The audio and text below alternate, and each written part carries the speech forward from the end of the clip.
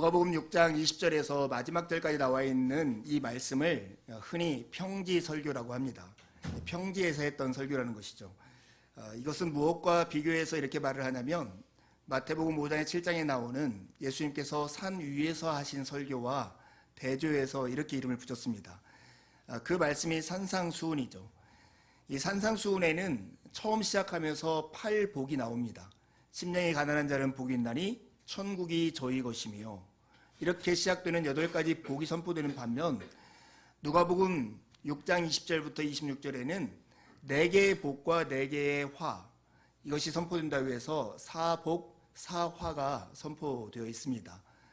이 말씀을 오늘 우리가 함께 읽고 같이 묵상하며 나눌 것입니다. 여러분, 그런데 같은 말씀이어도 누가 이 말씀을 듣고 있느냐에 따라서 그 메시지의 의미가 달라질 수 있습니다. 그래서 이 사복 사화의 메시지를 듣고 있는 사람들이 누구인가, 이것을 우리가 먼저 살펴보는 것이 중요합니다. 예수님께서 눈을 들어서 제자들을 보시면서 이 말씀을 하셨다라고 20절에 나와 있습니다. 그러니 여기에 모여있는 제자들이 누구인가를 한번 살펴봐야 하는 거죠. 예수님 먼저 사도들을 세우십니다. 산으로 가서 밤이 새도록 하나님께 기도하신 다음에 예수님은 제자들 가운데서 12명을 선택해서 그들에게 사도라고 부르십니다. 12이라고 하는 의미는 이스라엘에게 특별한 의미가 있죠. 보통 완전수라고 칭해지는 숫자인데 특별히 12지파를 상징하는 숫자이기 때문에 중요합니다. 예수님께서 새로운 이스라엘을 창조해 내시면서 12명의 제자들 중에서 고르신 이유는 이들을 통해서 12지파와 같은 새 이스라엘을 만드시겠다는 하나님의 마음이 이대로 드러난 것입니다. 그런데 여러분, 12제자들의 이름들을 혹시 암기하십니까? 옛날에 그 베한야요 실바 도마야더 시가 이렇게 우리가 외웠던 걸 주일학교 다녔던 사람들은 기억하실 터인데, 이 예수님의 제자들을 한 명 한 명 살펴볼 수는 없지만 이 내용들을 보면 굉장히 다양하다는 것을 알 수 있습니다. 대표적인 두 인물을 먼저 얘기하면 이런 거예요. 레위, 마태라고 하는 이 사람은 로마 권력에 쉽게 말해 순응하면서 그 밑에서 공무원 생활하면서 돈을 벌던 사람이었습니다.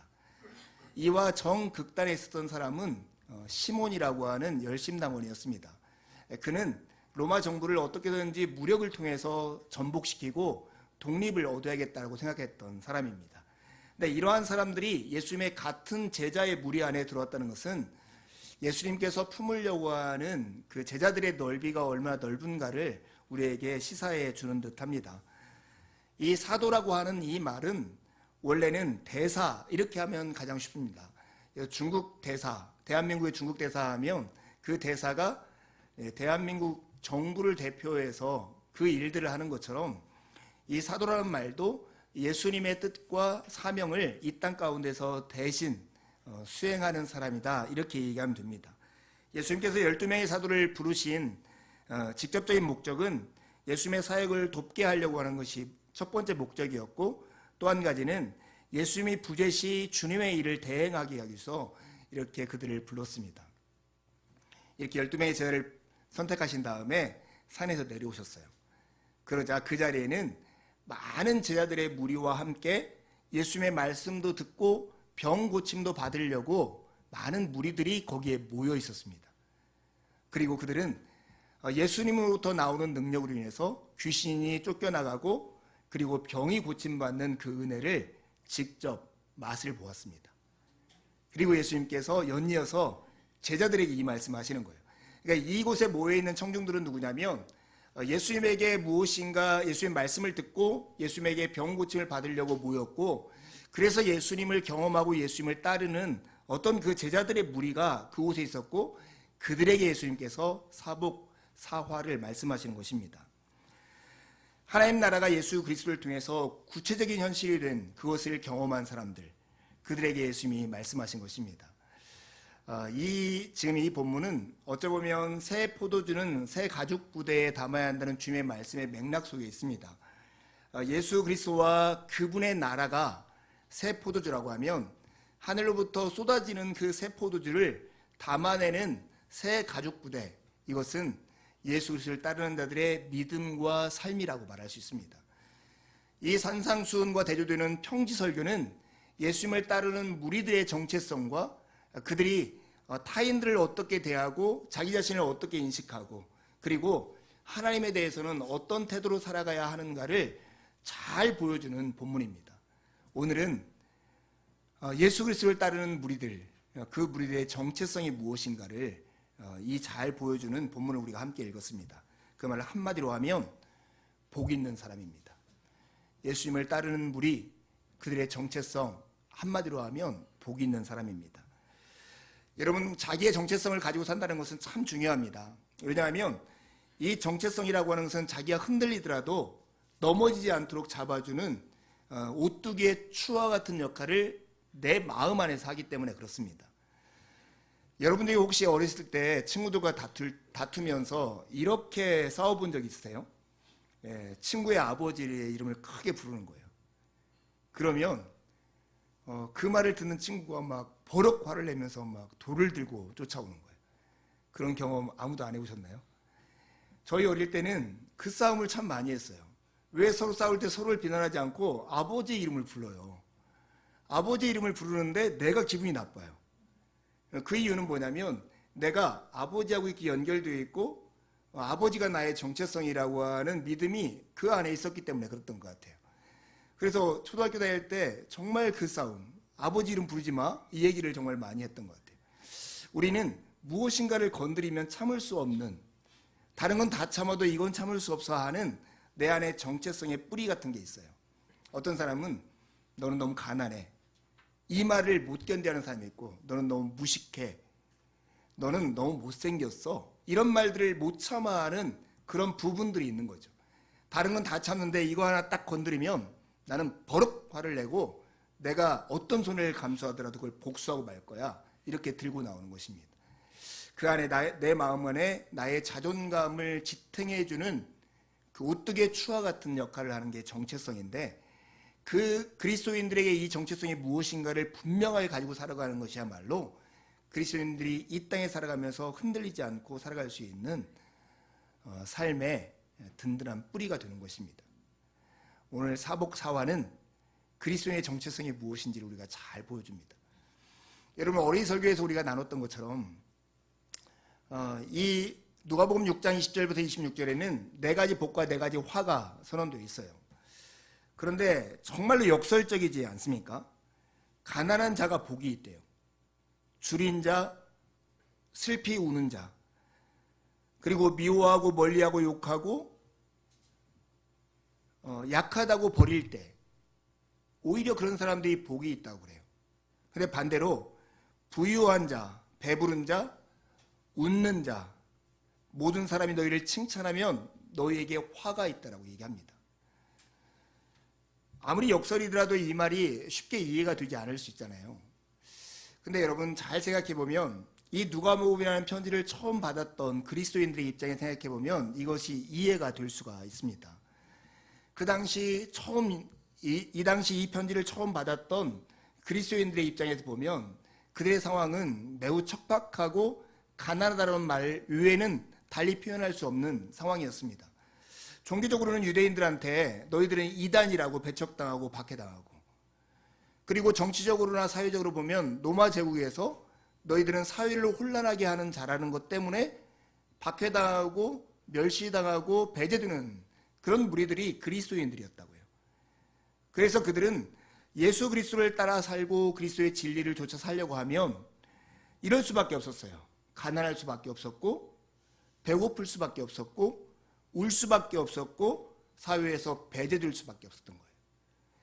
예수님을 따르는 그 믿음을 지키려고, 지금도 그 믿음 하나 지켜내려고 내가 가난함을 감수하고 배고픔을 감수하고 눈물을 감수하고 박해받는 것을 감수하는 자들에게 주님의 이 목소리가 들렸던 거예요. 야, 가난한 자가 복이 있어. 저 사람들하고 타협하면서 적당히 부자로 살고 지금 웃고 살고 배고프지 않은 사람들, 다른 사람 칭찬받는 사람들 다 꽝이야. 오히려 화가 있어. 이렇게 말씀하시는 것이 오늘 본문인 거예요.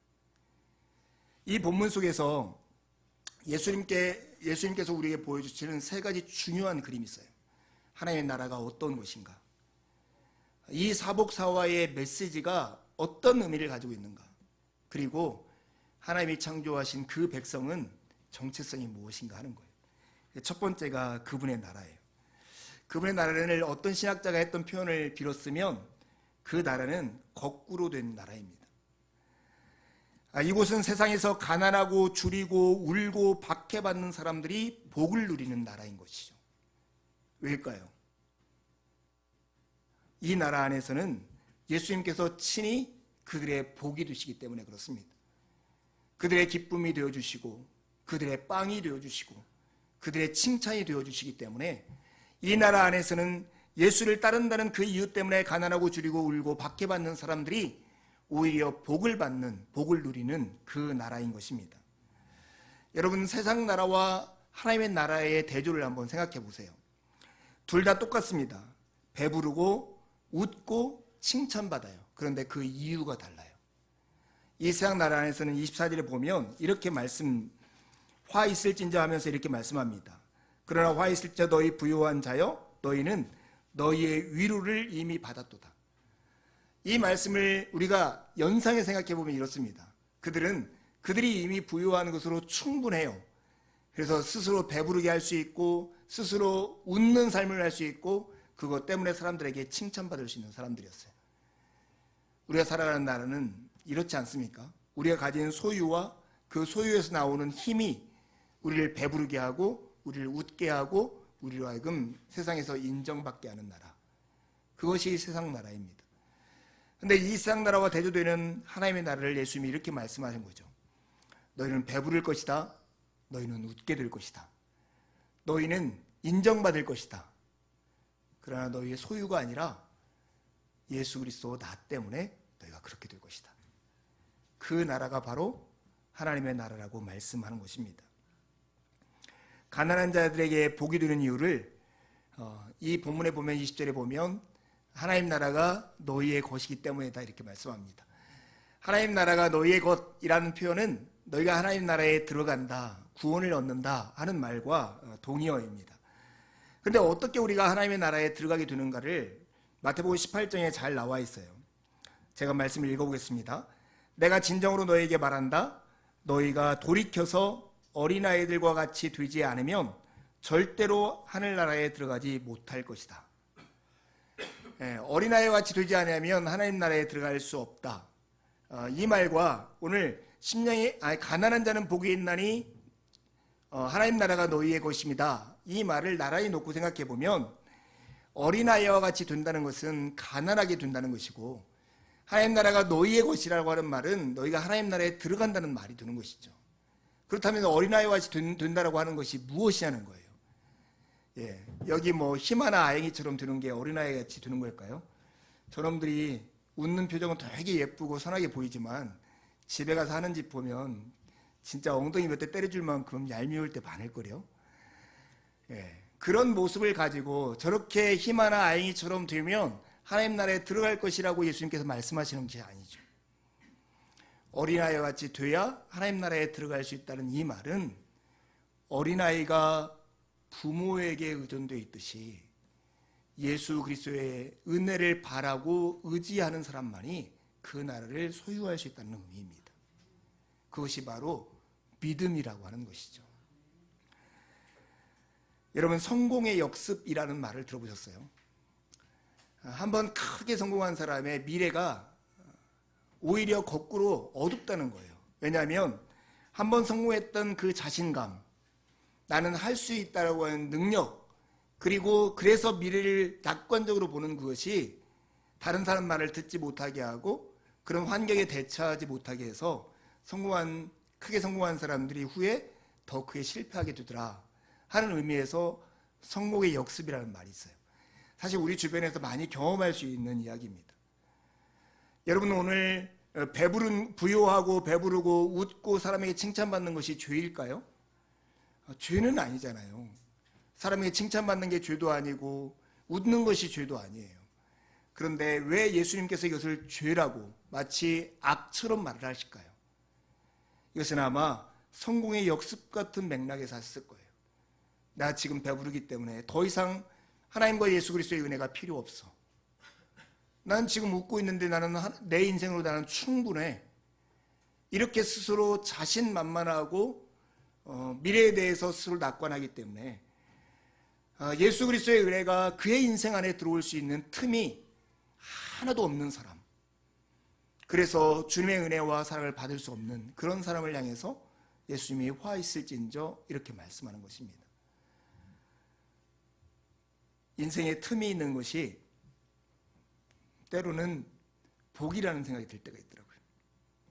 나의 모자람, 나의 실패의 경험들, 때로는 내가 저지른 죄들, 그것이 선한 것은 아니지만 그렇게 나 있는 구멍을 통해서 하나님의 은혜가 우리 안으로 스며들어올 수 있기 때문에 그렇습니다.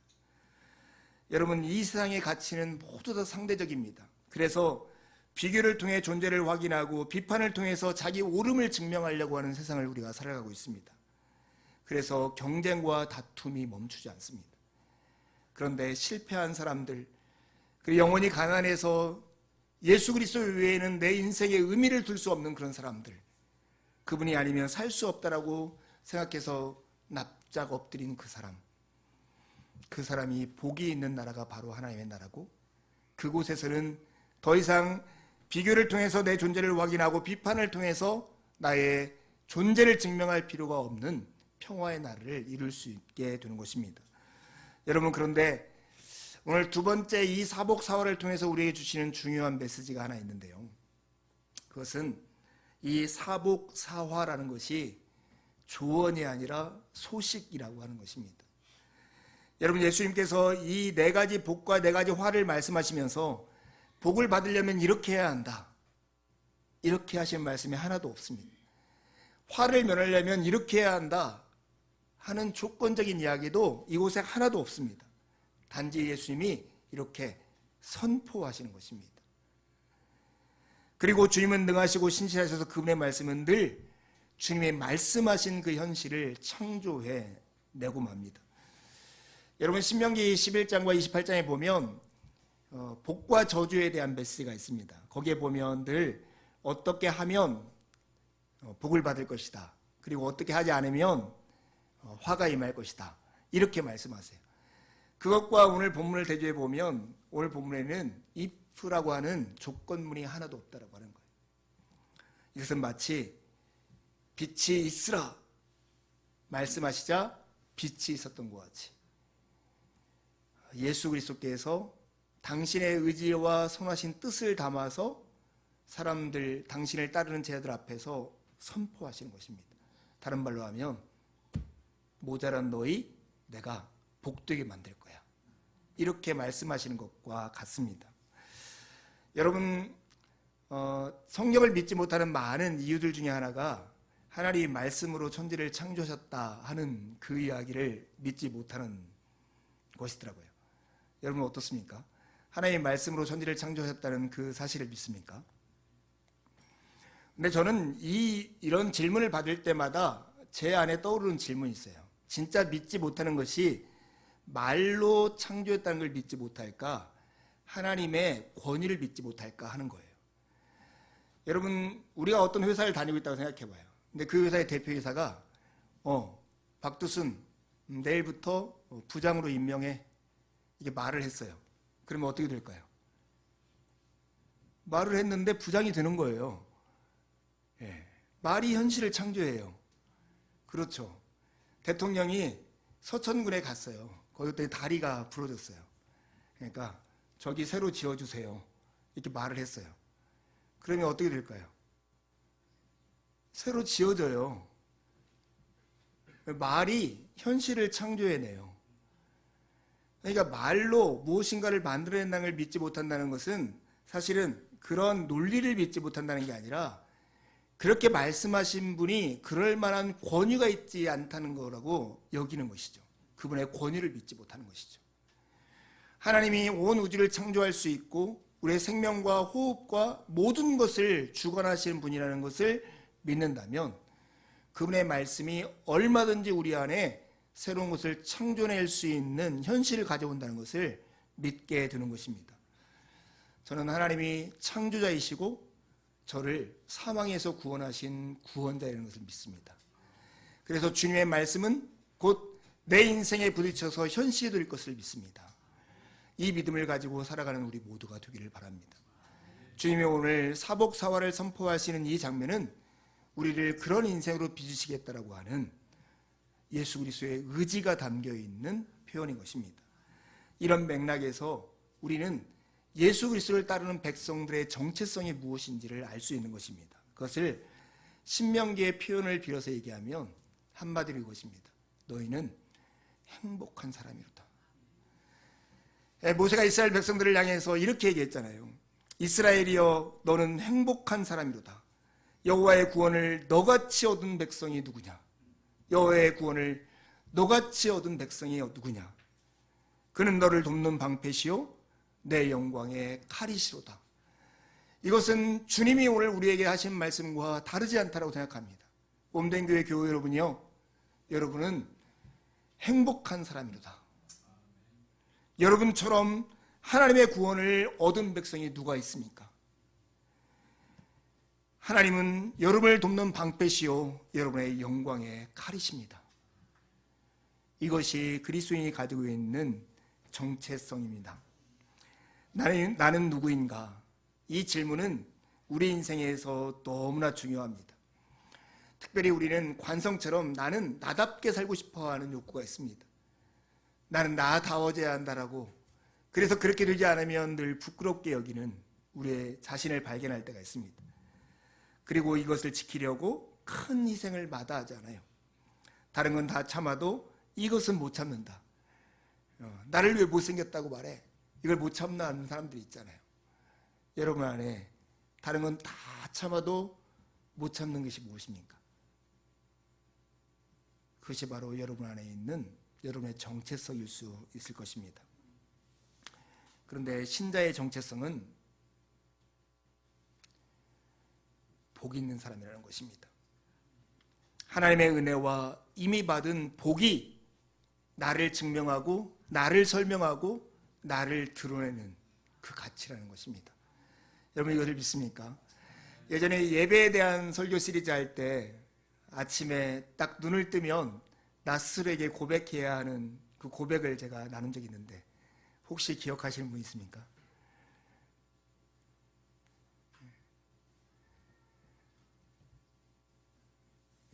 나는 세례받은 사람이다.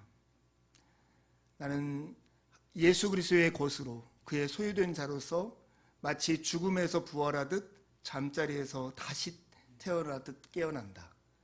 이것이 첫 번째 우리가 일상에서 예배를 실현하는 방법이라고 했습니다. 내가 누구인가 할 때 나의 소유나 나의 이력이나 나의 능력이 나를 증명하는 게 아니라, 그래서 남과 비교해야만이 나를 드러낼 수 있는 것이 아니라 바로 예수 그리스도와 그분이 주신 그 복이 나를 증명하고 나를 설명하고 있다는 사실을 놓치지 말기를 바랍니다. 여러분, 이렇게 우리가 이것을 정체성으로 삼을 때 우리는 하나님 앞에서, 사람들 앞에서 겸손하게 될 수밖에 없습니다. 왜냐하면 내가 가진 어떤 것으로 나를 증명하지 않기 때문에 겸손하게 되죠. 타인에게 우리는 너그러워질 수 있습니다. 왜냐하면 내가 받은 은혜이기 때문에 다른 사람에게도 그렇게 되는 것입니다. 제가 주일학교 때 저희 교회의 부장 집사님을 했던, 나중에 장로님 되신 고향교회 장로님이 계십니다. 어릴 때 얼마나 많이 우리가 욕을 하면서 지냈어요. 그냥 입에 욕을 놓지 않고 살았는데 하도 안타까웠는지 교회에서 욕을 가르쳐 주셨어요. 그래서 너희들 다 모여! 이제는 다음부터 욕할 때는 이렇게만 욕해! 이렇게 장로님이 가르쳐 주셨는데 이렇게 욕을 하라고 하더라고요. 야, 이 복받을 놈아! 이렇게 욕을 하라고. 교회에서 한참 유행해서 그렇게 했는데 그 욕을 오늘 설교 버전으로 바꾸면 이럴 것 같아요. 야, 이 복 있는 놈아! 이렇게 욕을 하면 좋을 것 같아요. 여러분, 우리가 외모가 다 다르고 소유도 다르고 살아온 경력도 다르고 할 수 있는 능력도 다르지만 우리의 정체성은 다른 곳에 있지 않고 예수 그리스도와 그분이 주신 복에 있습니다. 그러기에 우리가 서로서로를 보면서 얼마나 복 있는 사람으로 존귀한 사람으로 바라봅니까? 그 사람을 예수님처럼 대하려고 노력하는 이유가 바로 거기에 있는 것입니다. 제가 신학교를 졸업하면서 교회에서 사역하기 위해서 이력서를 7번 넣었는데 7번 떨어졌습니다. 여러분, 몸된 교회 목사가 이렇습니다. 어디서 불러주는 데 없어서 개척을 한 목사인데요. 근데 제가 그 과정에서 기도했던 게 있습니다. 저는 그 전에 직장생활을 한 15년 정도 했기 때문에 이력서를 쓰고 회사를 들어갔고 내 경력을 가지고 평가받는 자리에 늘 있었잖아요. 그래서 교회 사역할 때는 이력서를 쓰지 않고 교회 갔으면 좋겠다. 이 마음이 제 안에 소원이 있었고 그렇게 기도했습니다. 7번 이력서 낼 때는 계속 떨어졌다가 어떤 목사님한테 연락 와서 우리 교회 오라고 해가지고 제가 갔던 그 되게 좋은 추억이 있습니다. 정말로 우리의 정체성이 어디 있는가? 내가 나를 증명하는 것이 그리스도 안에서 무엇인가를 잊지 말고 살아가는 우리가 되었으면 좋겠습니다. 예수 그리스도의 오심으로 인해서 가난한 자, 병든 자, 그리고 억압받는 자들의 구원은 더 이상 희망이 아닌 현실이 되었습니다. 예수를 믿고 따르는 우리는 주님의 이 놀라운 복과 이 위대한 사역에 동참한 사람들이 되었습니다. 이것이 얼마나 놀랍고 위대한 것인지 우리가 늘 기억하며 잊지 않고 살기를 바랍니다. 사랑하는 여러분, 그런데 예수의 말씀이 현실이 될 때 어떻게 가난한 자가 부유하게 되었을까요? 이것을 우리에게 잘 보여주는 짧은 말씀이 고린도후서 8장 9절입니다. 여러분, 주보에 있는 이 말씀을 한 목소리로 같이 읽겠습니다. 시작. 우리 주 예수 그리스도의 은혜를 너희가 알거니와 부유한 이로써 너희를 위하여 가난하게 두심은 그의 가난함으로 말미암아 너희를 부유하게 하심이라. 이것은 고린도 교회가 모금을 내서 그 당시 예루살렘 교회에 기근 때문에 힘들어하는 교회를 돕게 하려고 바울 사도가 헌금을 요청하는 맥락에서 나오는 본문이에요. 그런데 이렇게 말씀하는 거죠. 우리가 그리스도의 은혜를 알고 있다. 우리가 어떻게 부유하게 되었냐? 부유하신 그리스도께서 가난하게 되심으로써 우리가 부유하게 되었다. 우리가 지금 구원의 은혜를 얻게 된 것이 어떻게 되었습니까? 영광스러운 주님께서 우리가 당해야 할 수치와 고난과 어려움을 대신 지심으로써 우리가 예수 그리스도에게나 합당한 영광과 구원과 기쁨과 평안을 지금 누리고 있는 게 아닙니까? 여러분, 이 사실은 오늘 우리가 어떻게 살아야 할 것인가에 대해서 중요한 메시지를 주는 것이죠.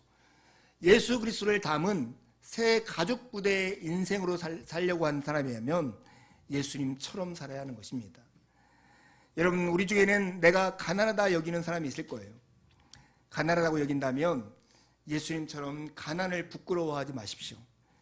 여우도 굴이 있고 하늘의 새도 보금자리가 있지만 주님은 이 땅에서 머리둘 곳조차 없이 사셨음을 기억하십시오.